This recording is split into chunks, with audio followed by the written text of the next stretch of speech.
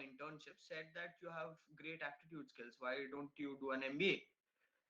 I did not know anything about an MBA until then. I did not know what CAT was, what sort of IIMs were, or anything, or let alone what FMS was. So I did not know about these things. So I think this is a point where I answer your question: what is CAT? What is the exam? What can you do about it? So I did my own research. I looked up a couple of seniors in my college who had taken CAT previously, and I realized that CAT is the mother of all MBA entrance exams in India as far as the syllabus is concerned. Now it is obviously the gateway to IIMs, and as a lot of people have this misconception, it is also a gateway to a great salaried job, perhaps in the US or somewhere outside India. Yeah, but it's really not that. It's just sort of an opportunity for you to be better at something that you are already doing.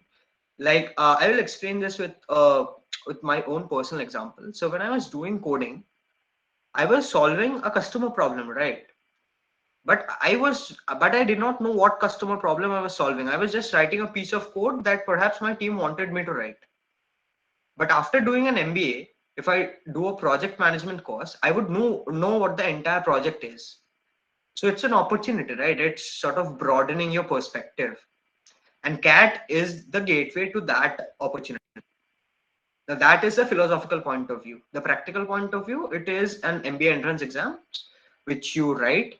And if you sort of do well, you get calls from IIMs, FMS, and all the other colleges, that SPJMR, MDI, all the likes of those colleges.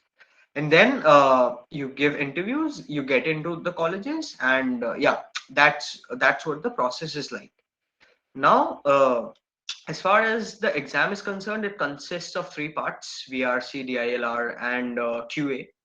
VRC is the English part of it. DILR is the data interpretation, logical reasoning part of it, with aptitude questions, mathematical reasoning questions, and QA is the mathematical part of it. So that's more or less the exam. Now, as I said, that my manager told me that that I could do an MBA. So I went to do a CAT, went to take the CAT exam. Okay. Uh, okay. So this might be a bit problematic, the chat popping up, it just distracts. So if there's any other sort of way to take the questions absolutely at the end, that would be great. Yes, okay. So I'll be closing up the chat box and we Okay. will open it at the last 15 minutes. Okay, okay, cool. Okay. So, do I, Anushka, Gautam, help me? Do I go into the depths of what IIMs are, or do I sort of talk more about my journey at this point? So you can talk about your personal experience and journey. Okay. So then I decided to take CAT. Now, the next thing that is there in the logical flow of things is, do I self-study or do I take an institute for CAT, coaching institute for CAT? Now, at this point, I knew myself that I am a very lazy guy. I would not study by myself. Someone had to push me. And given sort of this periphery of syllabus of the CAT, I sort of did not have the tenacity to complete it all by my own. But that was the analysis that I did of myself. And by doing that analysis, I knew I had to take a coaching in order to guide me further on my path towards cracking CAT and doing all that.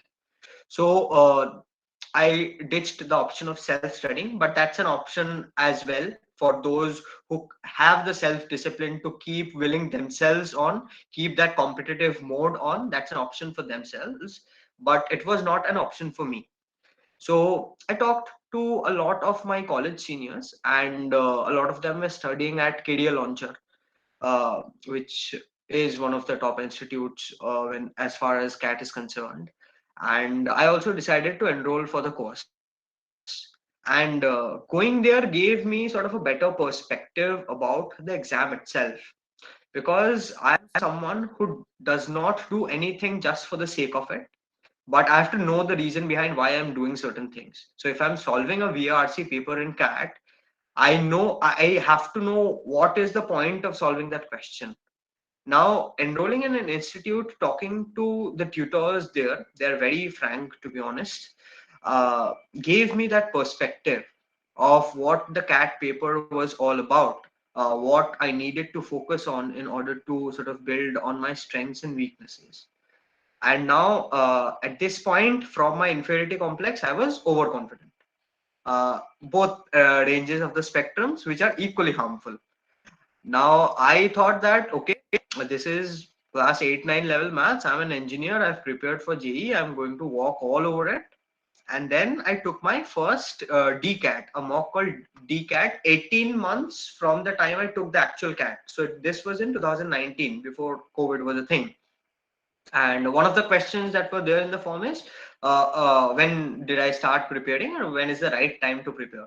The right time to start preparing is when you realize that you want to do an MBA. That's it. That's the right time. Nothing else. And so 18 months from CAT 20 was the time when I realized that it was right time for me to start. And I wanted to know where was my standing at present. So I took a mock CAT, and I got 83 percentile in it. And yeah, I was pretty shocked that, okay, so 99 percentile is not my birthright. This sort of dawned up in me. And I had done terribly in maths, which was supposedly my strong section. So this was a wake up call. And I thought that this was a fluke, a one time thing, and it would get corrected. But even after correcting all my concepts in maths, which was supposedly my strong section, I realized that my scores were not sort of depicting the story. So QA was my strongest section and the weakest section practically. So I sort of decided to do an analysis of how would I solve this problem, right? Of being overconfident, knowing all the concepts, but not being able to solve the questions. And this is one of the most pertinent questions that I have sort of experienced over the past year talking to various aspirants.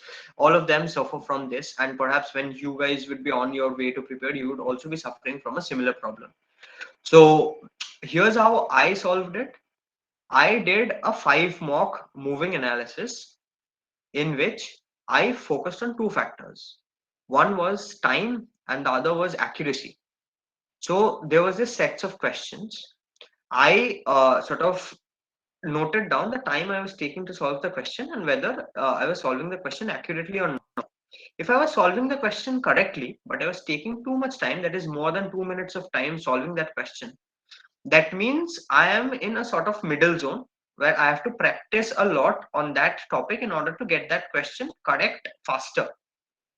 If I'm spending a lot of time on that question, I'm still not getting it correct, then that means that is either a poor question to attempt or my weak zone.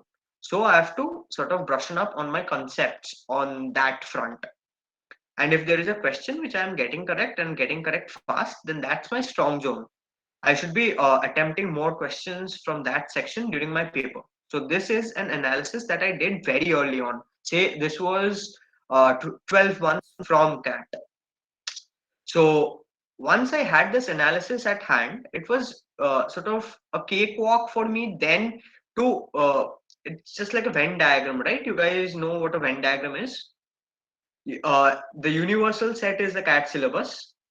You have a strength area within that, a circle, and you have to try and keep on enlarging that circle as much as you can, say 4 months from CAT, because 4 months from CAT you should focus just on what you already have. So that was what I tried to do in QA. VRC, that means English, was quite natural to me. But then again, there are, if you attempt CAT papers, you would know that reading comprehension is not as easy as it was during CBSE or ICSE. There are these two very close options which seem correct, and the moment you tick one option, the world seems to conspire against you, and the other option is correct. So this happens, and it happened to me also. It happened very much, in fact. But then I sort of built this own questionnaire of myself, which I sort of applied to everything that I read, including newspapers, editorials of the Hindu, and everything. Where after reading a passage, I asked myself, what is the author trying to say? What is his main argument? How has he achieved that argument? And in my opinion, has he been sort of able to achieve that argument, or something could have been done better? So this facilitated sort of a mapping in my brain.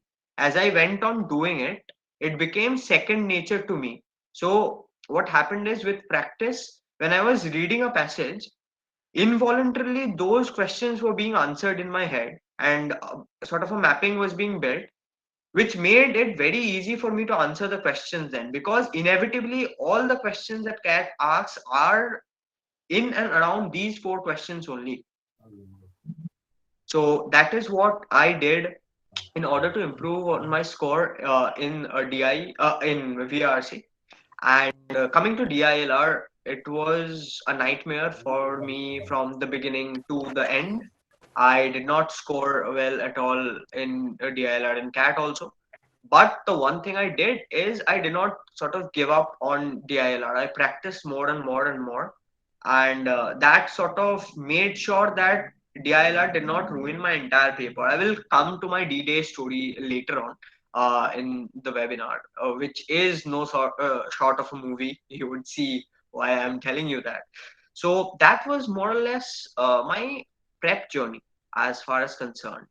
And the other important thing that I think everyone should know is the fact that as much as you study, there is a mental aspect of it that has an equally sort of great role to play.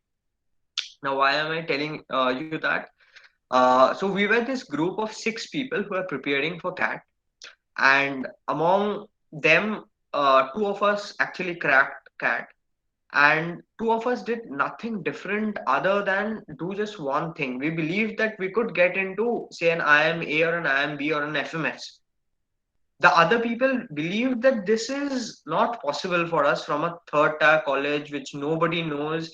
Come on and get a cat in a crack cat in the first attempt, get a 99.5 plus percentile. They thought that it was impossible. But you have to make yourself first believe that it is possible.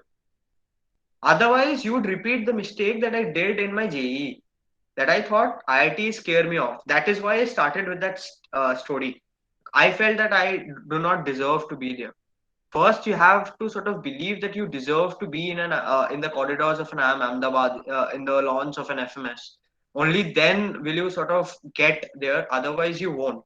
So that is the mental aspect of it. You should remember at the very beginning of your journey to CAT, and that would help you immensely. It the help would be intangible. You would not see it in percentiles, but you would recognize it when you are on the other side, when you have the result. Like CAT results came out yesterday, right? So when you are on the other side, you would realize that this was the best thing that you did, other than the next thing, which is taking mocks. Now, a lot of people do this mistake. They wait for their institutes or themselves to complete the syllabus and then to take mocks. Now, this is a mistake which you would review for your entire life if you do it, because CAT has no syllabus. You will be never be able to complete the syllabus as long sort of, even do the 100 percentilers get full marks? They don't. I was talking to this year's 100 percentiler yesterday. He got 179 out of 200 plus score. He had some weak areas, geometry and all of that. So you can't sort of cover the entire syllabus at one go. You have to leave something out. But if you keep on delaying taking mocks just because you haven't covered the syllabus, then it won't help you at all. So if you ask me how many mocks I took 77 mocks before I sort of took CAT, including the 3 hour mocks and the 2 hour mocks, because in our year there was a last minute change because of COVID. That CAT was reduced to 2 hours because of three slots.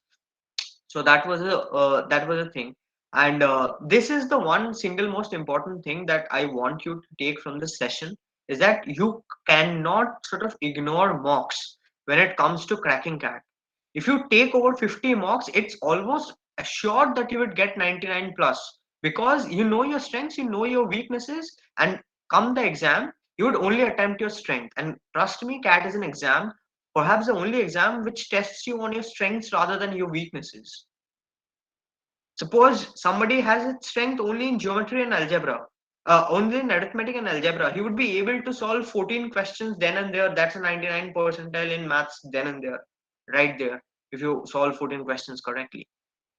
So that is something that I want you guys to remember and not make the mistake, because I've seen a lot of my friends whom I was preparing with. I'm a very social guy.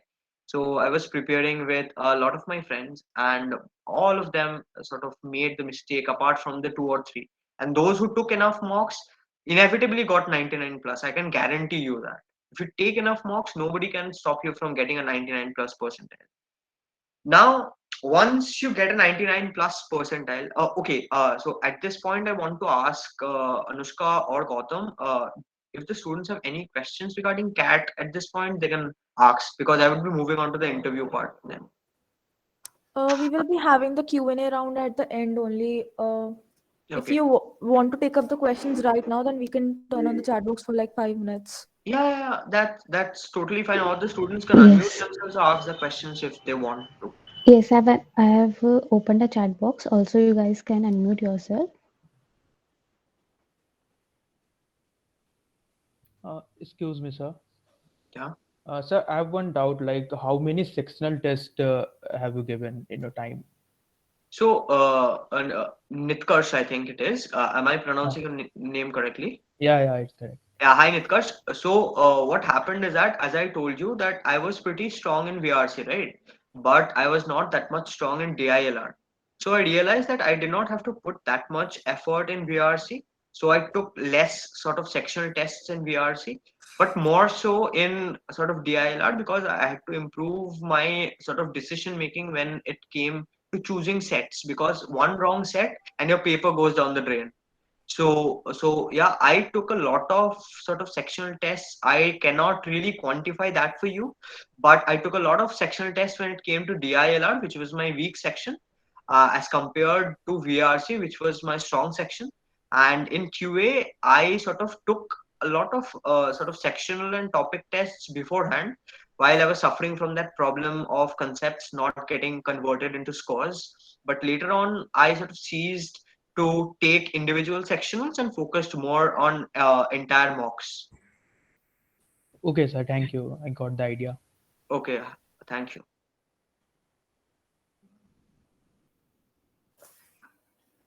Anyone You else? all can put your questions in the chat box if you have any. There was a question at first, right? Should I Yeah, it's from continue? Radhav. Okay, so Amity University is giving 90% scholarship for MBA.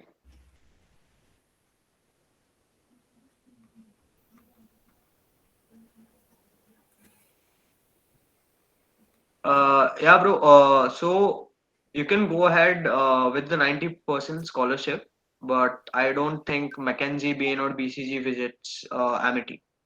So that's a trade-off that you can take. You can have a lower investment in your fees with the 90% scholarship, but that would translate you into getting a lower CTC or a lesser brand post-year MBA than you'd get at an IMA, ABC, FMS.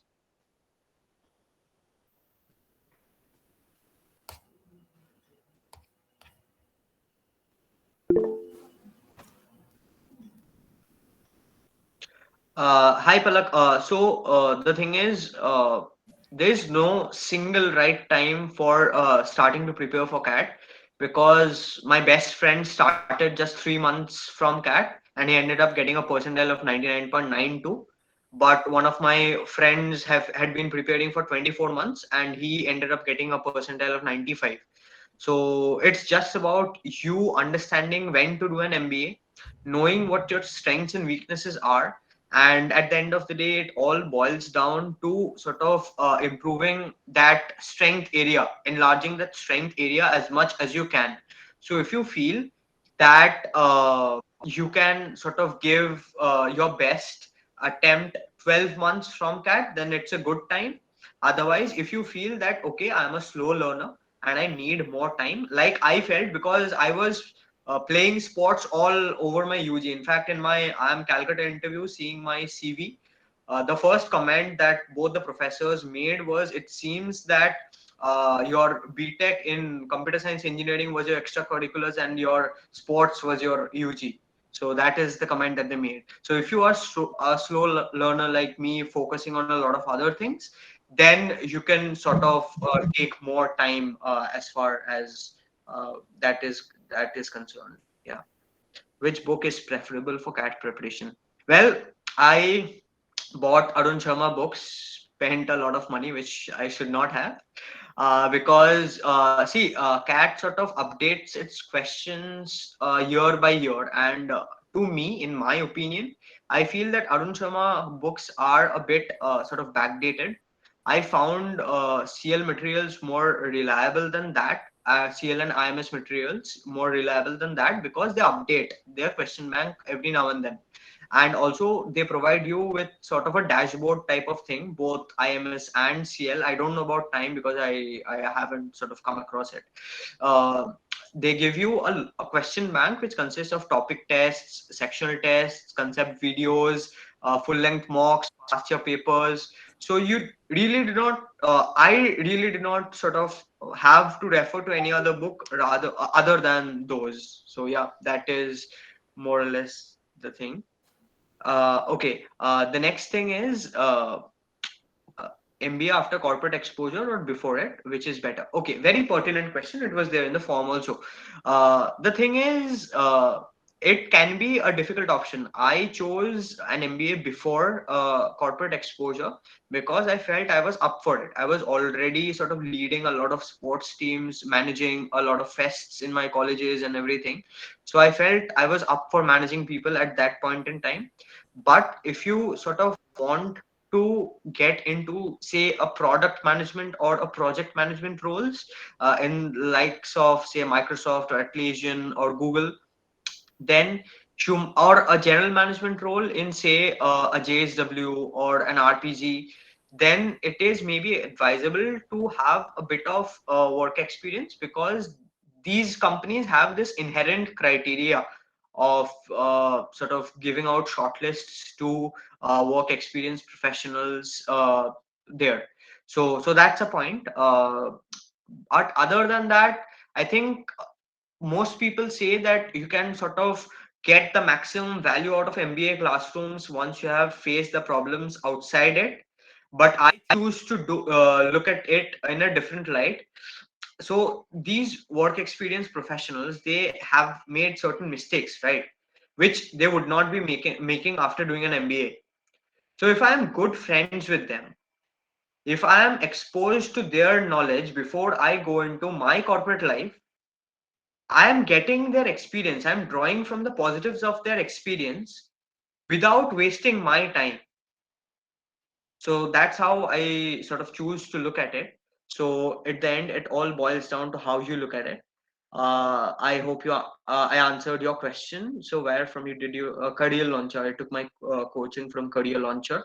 Is it better to have some corporate experience? Yeah, answered that already. Is mathematics necessary to take as a subject? CAT has quantitative aptitude, which is basically 8-9 level mathematics, ratio proportions, a bit of mensuration and all that, not at all calculus or the stuff that people are generally afraid about. So you can happily take mathematics on, I think, only for getting jobs in companies, or there is any other opportunity in the sector. So Lakshita, there is a lot of things that you can do with your MBA. Honestly, at FMS, as you know, it is perhaps the B school with the best ROI, right? Because of its terribly low fees. So what happens is that people here don't have that burden of loans on their head. So they don't have to go searching for a consulting job or a finance job right out of campus in order to pay off their loan. They can explore their sort of option. They have the freedom to explore their options. So I know a lot of our alums who have gone on to build successful startups. A lot of them have gone on to sort of crack IAS after that. a lot of them are successful in their corporate careers, as you might know. I mean, there are a lot of CEOs, CEO of OnePlus, Mintra, Tata Sky, all are alums, director of SBI. So they have gone on to build stellar reputed careers. And also, I know of friends whose fathers have businesses clocking up to about 160 crores, and they plan to manage their father's business with their MBA. Now they are getting top quality education. They would take their business, one family's business, one notch up. So I mean, options are as wide as your imagination goes. So there's no sort of one thing that reels you in. That is a thing. Does being a fresher in an MBA college keeps you at a setback? Not at all. In fact, I'd be surprised to hear when I sort of went into an MBA college, and I don't come from an IIT. So the thing was, I did not have any brand name in order to back me up, right? So when the summers came, I sort of felt very jittery as to what would happen, what would not happen, because I had heard the similar thing that being a fresher does not get you shortlisted in summers and everything. And come the summers, I wanted to get into marketing, but finance comes before marketing in sort of a lot of B schools because of the pay. And I got shortlist from a lot of foreign investments bank, and finally one of them mocked me up even before marketing came. So there's no such thing as an MBA. Being a fresher keeps you at a disadvantage when you're in an MBA college, because all of us have different things in order to bring to the table. The positivity that I bring with me sort of is not sort of brought to the table by an work experience professional who knows that there might be something going wrong here. But just because I'm positive and he has that sort of awareness about things, we make a great team. So you sort of bring different things to the table. That's one thing. Is that true that a science student has edge over commerce in CAT? No, no, no, not at all. I feel it's the other way around, because you're already doing, say, a BBA or a BCom before we are sort of getting into things, right? We don't know anything about, say, simple interest or things like that, because you get all those things in your CAT. You don't get calculus. You get permutation combinations, but one or two questions. So that is a complete myth. I mean, as mythy as a myth gets, that science students have an advantage. Not really. Does the number of attempts you take to clear CAT make an impact on the placement? No, no, no, not at all. What makes an impact? Yeah, nowhere is it written on your CV that you have cracked CAT in the first attempt or last attempt. Even if you look at my LinkedIn profile, I haven't written there that I've cracked CAT in my first attempt. That's not a spike or sort of a shortcoming of a candidate. Companies will only see what you did in that period. So by the time you graduate, and by the time you get into a B school, there can be 2 years of gap, 3 years of gap. But what you do in that gap period, were you doing something worthwhile, or you just wheeling away your time? So that's what matters. How can we improve VRC? Well, read a lot, read a hell lot. I mean, you can't sort of, I can't stress enough how much you have to read, because at the end of the day, if you get 6 hours to solve the CAT paper, everyone would get 100%, not even percentile, 100%. So, but time is a factor. So the more you read, the faster you start reading. So I would sort of like to give an example here. So when we all learn to ride our bicycles, well, first we gained balance. Then we started how to do drifts and bicycle fast and all that. So you have to give yourself time. So by the time you start reading, you build that stability of speed, and then you improve. Then you improve your speed, then you improve your skills, and then you get a 99.97 or a 100% LN cat. Can you repeat my question, rather? Okay. His question was about the amity. Yeah, Yeah. yeah, yeah, I remember. So the thing is, rather, the coveted companies, the investment banks, the FMCG companies, the consulting companies, the MBBs of the world, they only visit certain campuses, ABC, FMS, or maybe Lucknow, so XRI. Other than that, they don't visit any other campuses for recruitment. Now, if you are going to an Amity University just for the sake of a 90% scholarship, you would perhaps pay lesser than an IIM. You would still pay more than FMS, but you would not get the opportunity of getting into one such firm, one of the dream firms that you see people getting into. So that is the thing. What would you suggest? Why CFA with FRM or MBA in finance or coldly working in finance? Well, Shalini, as I said, that I had no sort of work experience in finance or no courses in finance, but I got into one of the biggest banks in the world. So they don't really look at your finance background. If you have any, it would help you do a better job at your internship. But trust me, there is a lot of scope with you doing an MBA in finance before doing a CFA. A CFA with an MBA is possible. As I said, one of my very close friends, he is also doing a CFA with a finance. He's studying at IIM Calcutta, and that's something that you can always do.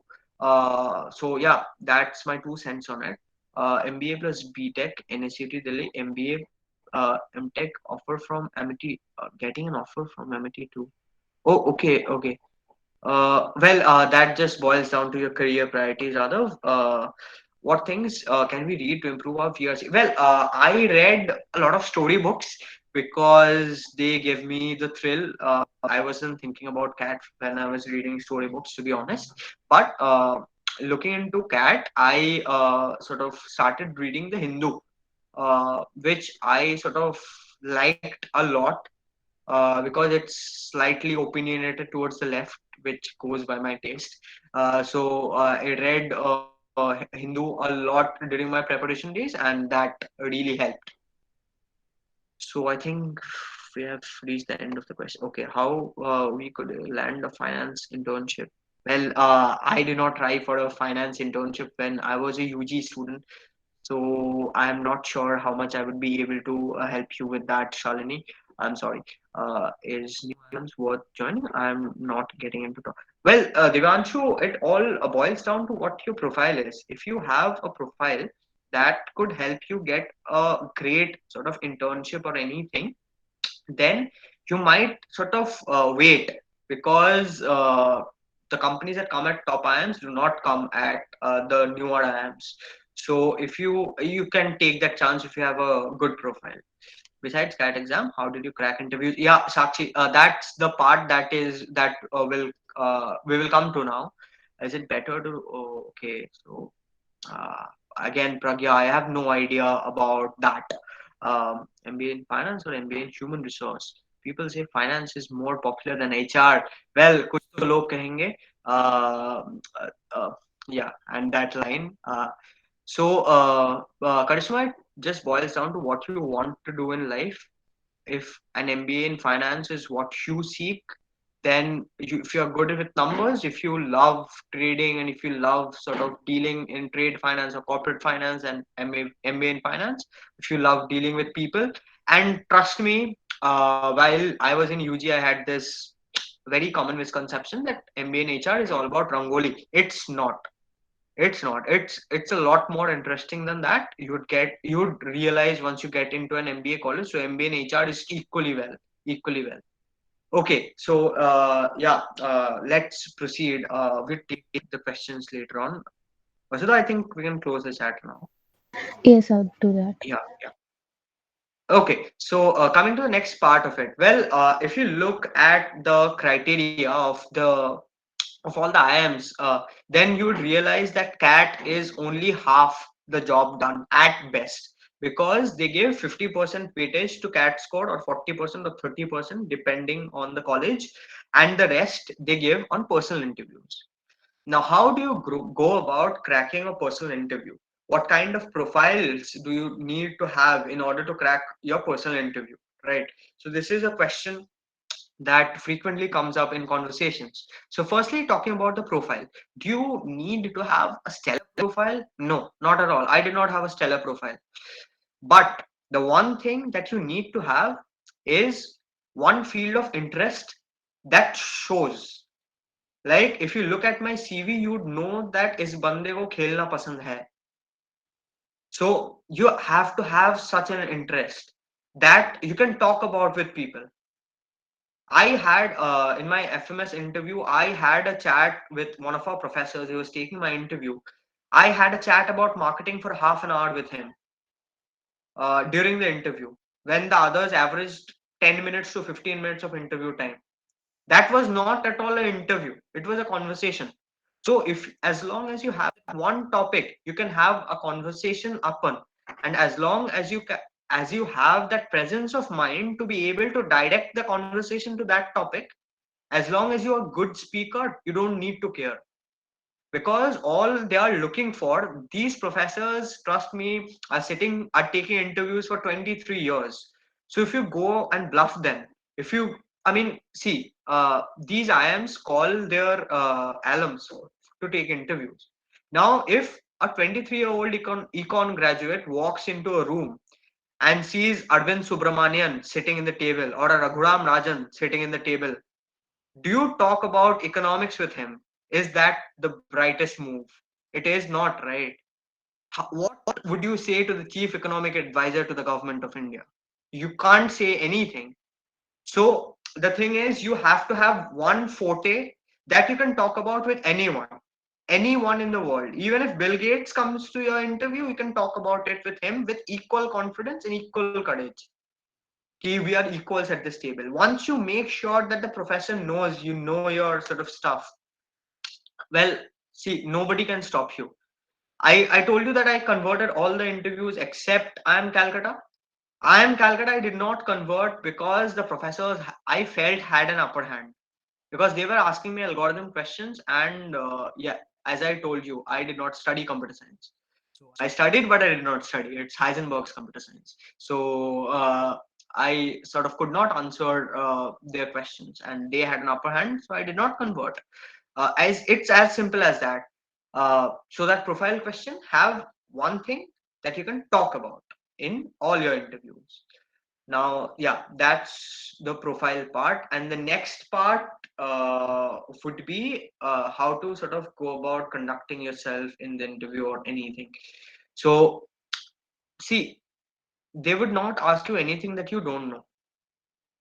So, what you have to know is about yourself, what you have studied, what you have worked. If you are a work experience professional down in the line, you are not now, but down in the line, if you are a work experience professional, then you need to know what you have done in your workplace, where you want to go, and how their college would help you in that pursuit.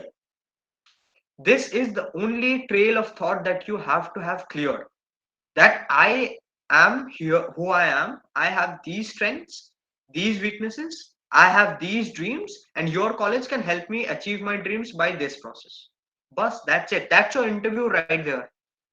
They would not ask you anything. I mean, they can trick you with questions like, do you have a soul? So, one of my interviewers, perhaps in IIM Lucknow, asks me, do you have a soul, Orko? So I tell him, yes, sir, I have a soul. Well, how do you know that you have a soul? I tell him that, sir, I am quite empathetic and I know that empathy requires a soul. So I have a soul. But he keeps on pressing me that, no, I know that you don't have a soul. So convince me that you have a soul. So I told him, sir, I'm a big Potterhead. I know that Voldemort used to suck out people's soul. I haven't met Voldemort. So I think my soul is safe within me. That's what I told him. And he burst out laughing. And I converted I am Lucknow in the first list itself. So that's a presence of mind that you need to have there. Otherwise, they won't be asking you anything that you don't already know. So that's my 2 cents on as far as interviews are concerned. Know yourself and know what you're talking about. Don't try to bluff them. If you don't know any question, you tell them that I don't know the answer to this question, because my MDR interview, I could not answer 8 of the 10 questions that were asked of me. And I told them frankly, sir, I cannot recall. In fact, in one of the questions, I told, sir, I cannot recall. And then I told, sir, to be honest, I don't even know the answer to it. Forget about recall. So again, I converted MDR in the first list. So it does not matter, because they are sitting there for, searching for a reason in order to accept you into the institute, not to reject you. The moment you understand that, it's half the game won right there. So that's the thing. Now, one thing is, why would you want to sort of convert? What after cracking CAT and getting into a top B school? How do you finance your education? Well, financing your education is a major thing, because 27 lakhs, 25 lakhs, all these IIMs charge. So even if you get into an FMS, you need to have around 2.5 lakhs. So how do you get that money? Well, firstly, all the banks, the moment you convert, the banks would just see the name and FMS, and I am Ahmedabad and I am Calcutta, and they would get down to processing your loans right away. So you don't even have to sort of tell them, sir, please give me loan, and they would not ask you for guarantors also. And if you're lucky enough to do your campus registrations offline, then all these banks, their branch managers would be setting up stalls outside the colleges and processing your loans within 5 minutes. So that's the time it takes, because you are the cream of the cream then. So they would give you loans. It's their business. So financing is not a matter of concern. And now, what sort of jobs, what sort of profiles, a post MBA you get is, one is consulting, where the biggest firms are McKinsey, Bain, and BCG, where you consult all these big companies that you say Tata, or a Birla, or say even clubs like the football fans would sort of reverberate Borussia Dortmund or Liverpool. You would sort of consult them on their pressing problems. This is consulting. This has the highest work profile, the highest pay, but also the highest workload. So work-life balance is a bit questionable here. Finance, well, investment banking, client management, all these profiles you get under finance. Marketing, you get into FMCG companies like the likes of Hindustan Unilever, ITC, Nestle, or the likes of FMCD like Samsung, Oppo, OnePlus, all of them. And you have HR profiles, which generally go to campuses like TIS, Tata Institute of Social Sciences, or XLRI, Jamshedpur, or MDI Gurgaon. So HR roles, they offer generally HR roles, and then you have what? Oh yeah, Broadman roles, which is basically product management, which is offered by companies the likes of Google, Microsoft, or Atlassian, Oracle, Adobe, all of them. So these are the sorts of profiles that you get post your MBA, and one more thing, after you sort of crack CAT, I mean, the other side, it's very green, you know. All of a sudden, today you are in UG, you are chasing a job at a Bain or a BCG or a McKinsey. All of a sudden, when you would be in a college, these companies, you'd be in a good college, these companies would come to pursue you. We have PPTs where their senior leaders come to pursue us, why we want to work with them and not any other company. So that feels good within your heart. When, say, the likes of an Arvind Subramanian or an Arun Kotak comes to your convocation or comes to your induction and says that you guys did it. So that's the pat on the back that you put in all those sleepless nights into. So yeah, that's more or less what I had to offer. Anything specific that you want me to cover, you can always ask. We can Chat go box ahead has with been the opened. yeah. There was also a question earlier that what is the right time to give the first attempt for CAT? Like in which year should one give? Second or Well, third? well, any year. So the thing is, once you start knowing about the exam more, you would understand that this whole myth about the number of attempts is a myth, that you can't crack CAT in the first attempt, you need one attempt. Okay, so this is a part that in fact I missed. So this question relates directly to it. So when I took the CAT, I was supremely confident. So this can happen. You can feel that you would crack CAT in your first attempt, and this can happen. So I sit down to write my exam on a very sort of winter morning in Kolkata in 29 November 2020. Yeah. So what happens is that up until that point, I have attempted all VRC questions in all mocks. I did not leave a single question out of it.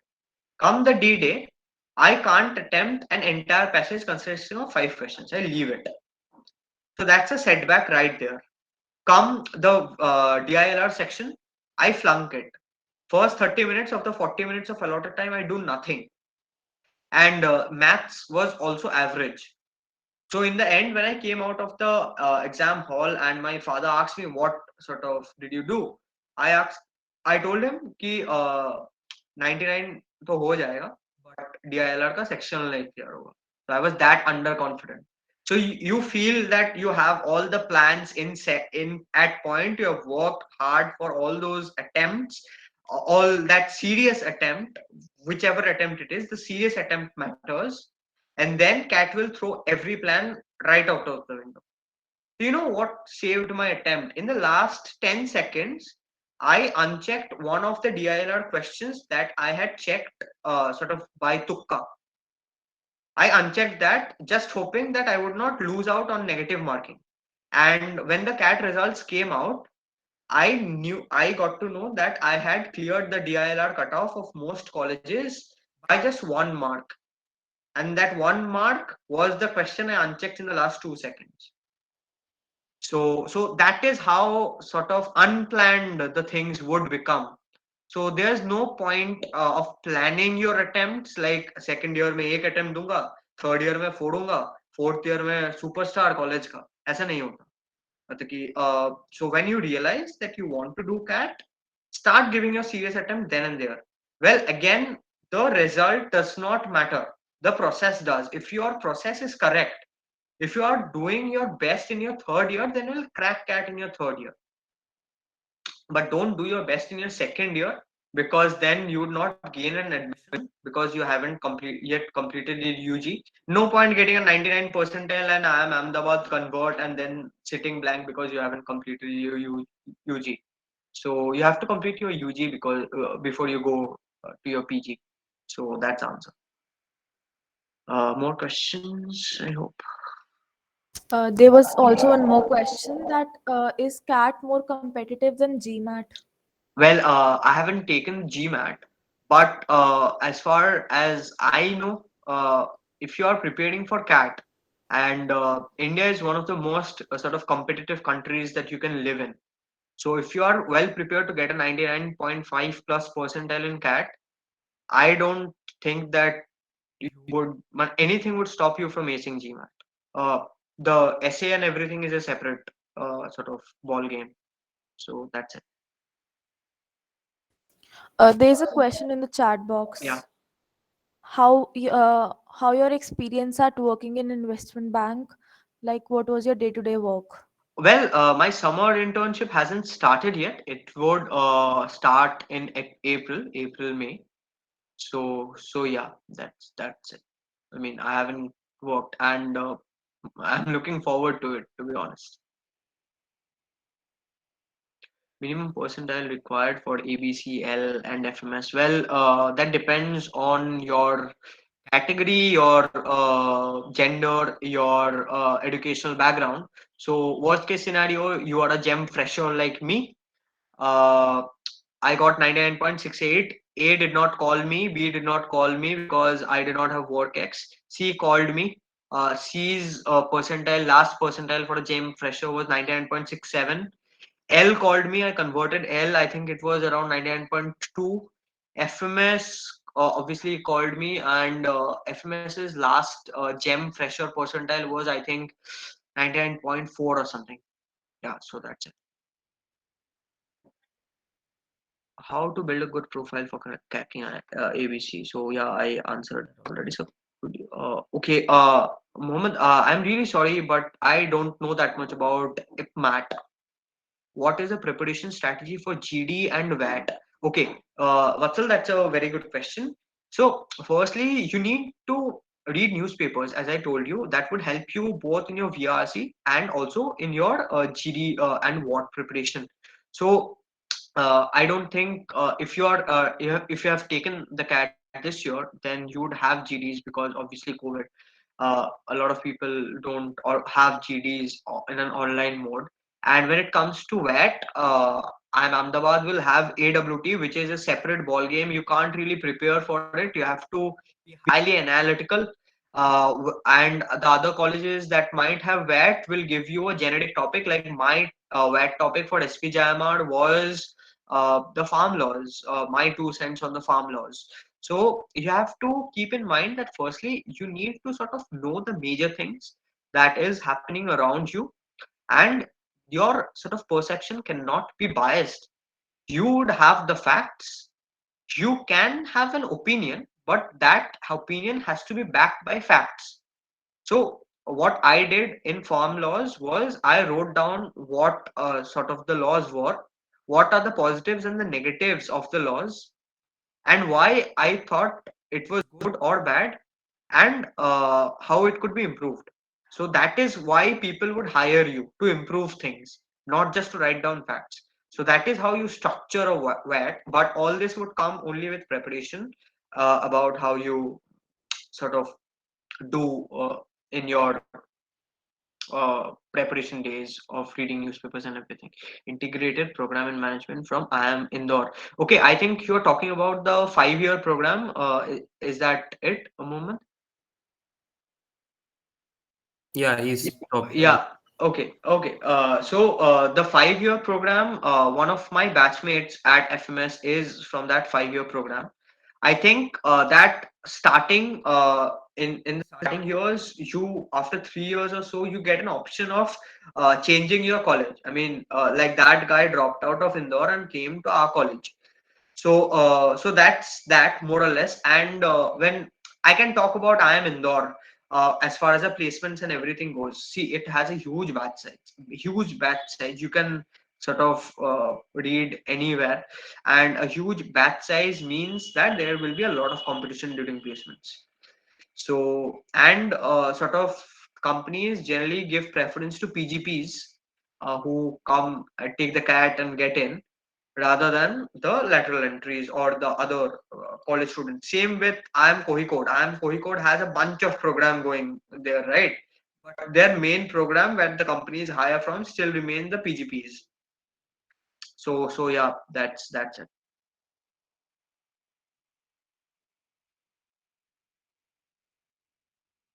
What Uh, about taking MBA from IITs? Yeah, it's a good option, especially if you want to sort of do an MBA in operations.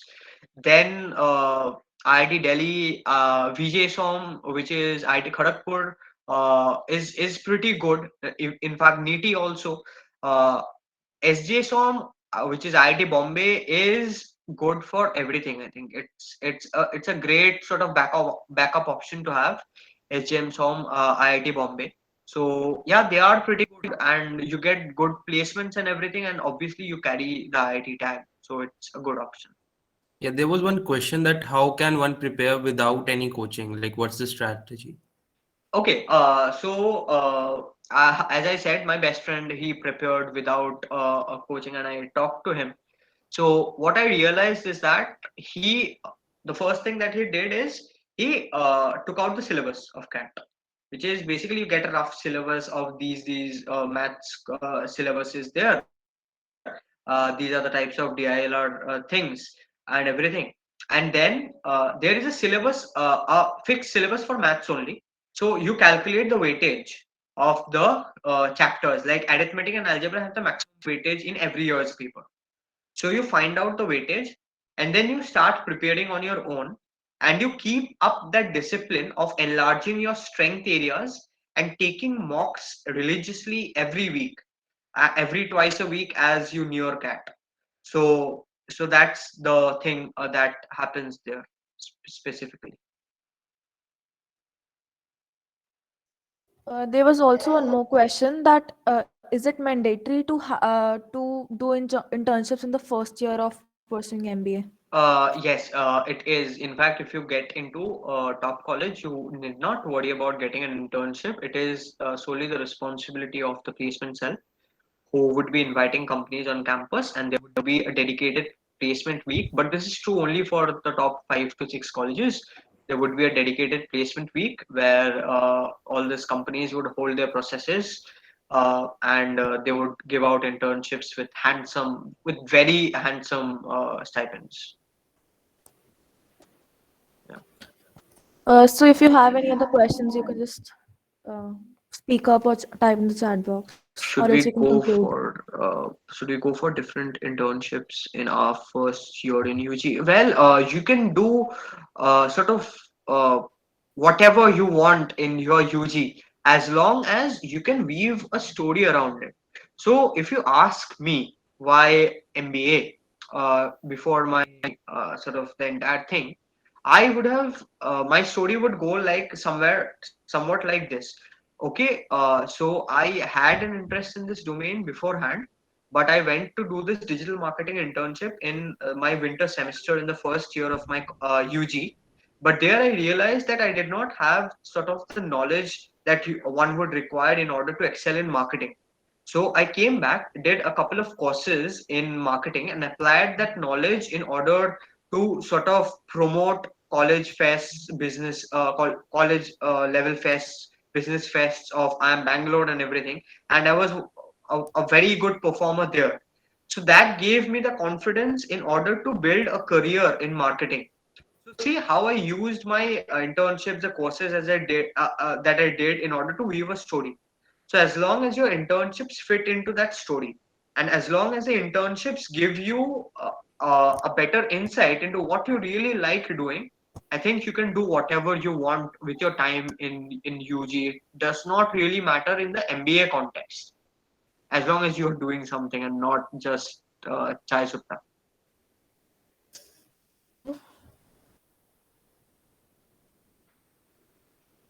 So if there aren't any more questions, we can just conclude.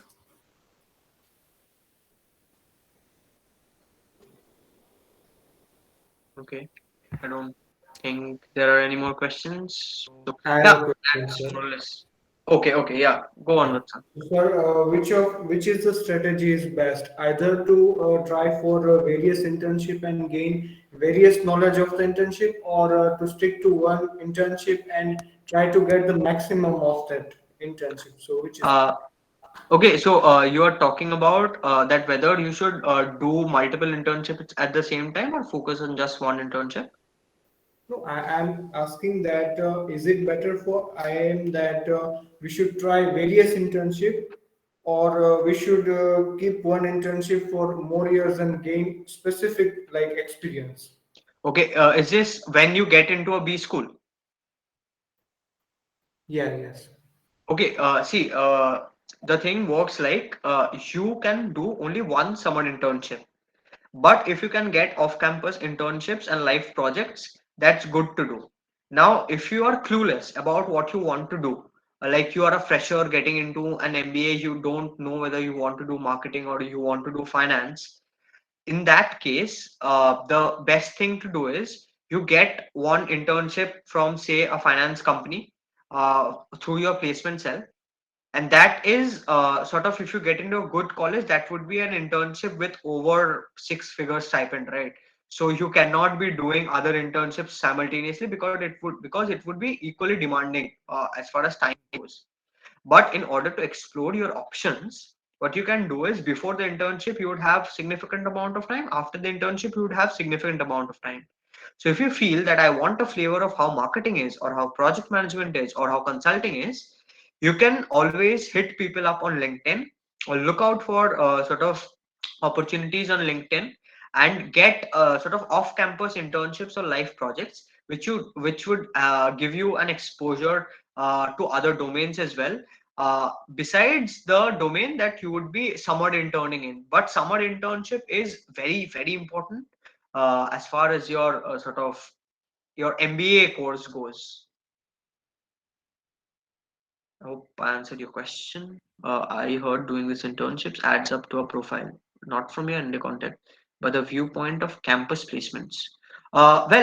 See, Vaibhav, the thing is, if a Bain or a BCG or a JP Morgan or a Morgan Stanley comes, they would sort of not give that much weightage to UG internship, if you are doing it from, say, like I did not have a reliable brand name internship, right?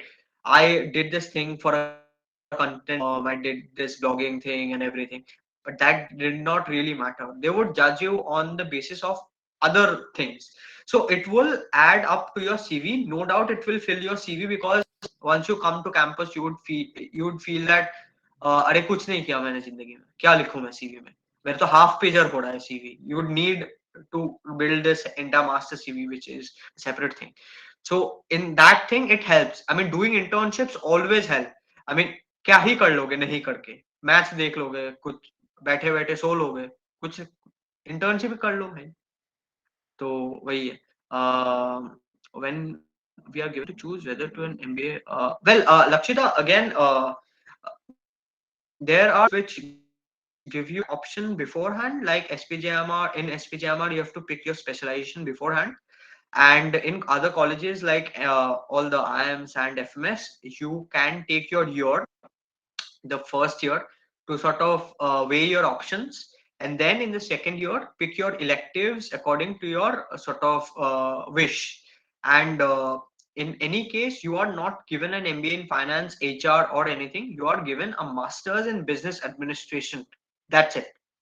Not a master's in business administration and finance. No, I am no college gives you that other than SPJMR or an XLRI if you are in their HR course. So that's it. How about adding a course in digital analysis, business intelligence, and considering the present trends? Well, it's very sort of helpful, Sujal. Uh, you can always sort of leverage all this, even if I mean, I told you, right, that you can have a conversation around these things. When you're talking to an FMCG company and you have done a digital analysis course, a data analytics course, you can tell them how you can give them better consumer insights by your digital analytics skills. So you bring something to the table. It's all about bringing something to the table. How do you manage to prepare for CAT and placements as a backup for the same time? Well, this is again a very pertinent question. And what I did is that I knew myself that I am too lazy.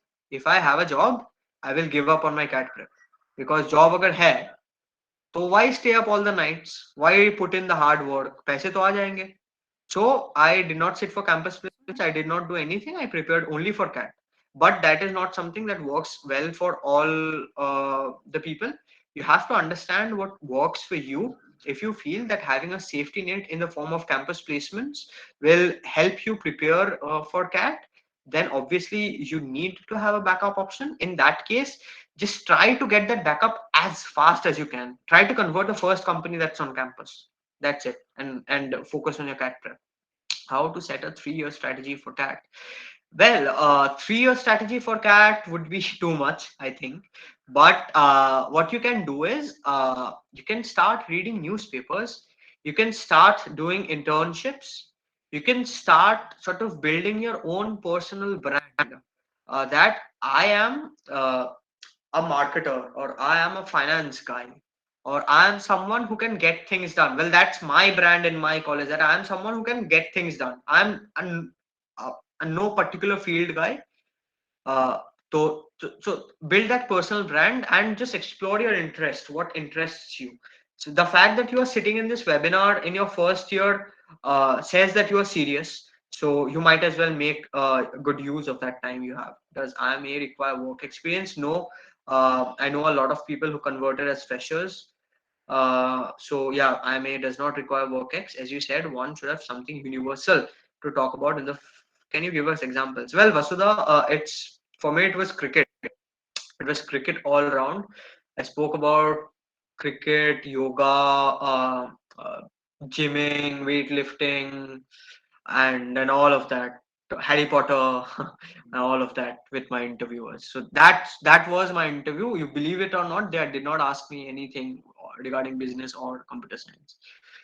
Okay, from which semester should we actually start preparing for CAT? Well, Ansh, if you are sort of, well, as I said, there's no correct time, right? You just have to find out the right time for entering the field of finance. What all you do undergrad to add to my CV?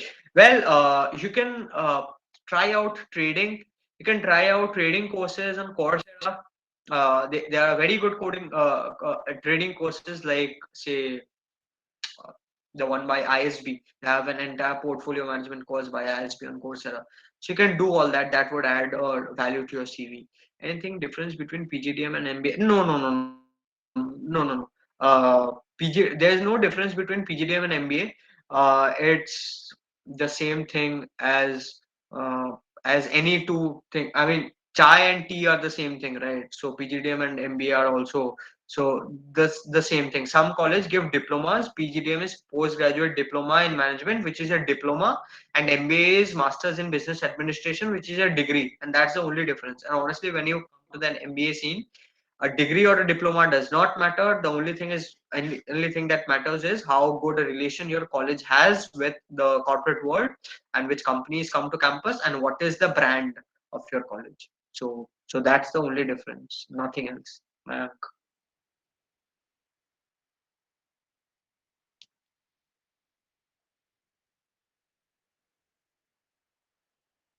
Yeah. So if any of you have any more questions, just we will keep the window open for 1 more minute.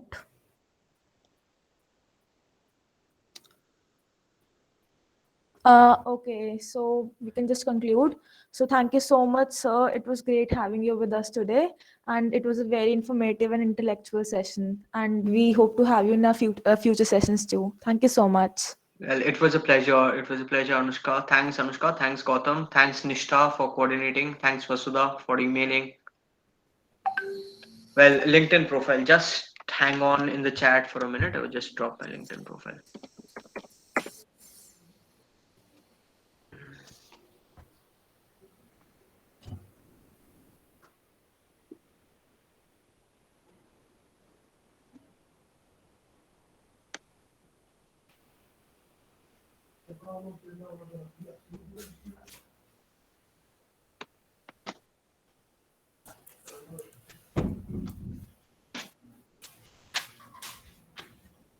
That's my LinkedIn profile. Yeah, so Yeah. thank you, sir, and thank you, everyone. We appreciate you being here. Thanks again for joining us today, and we will surely see you next time. Bye, guys. Bye, everyone. Thank you, sir. Bye bye. Thank you, sir.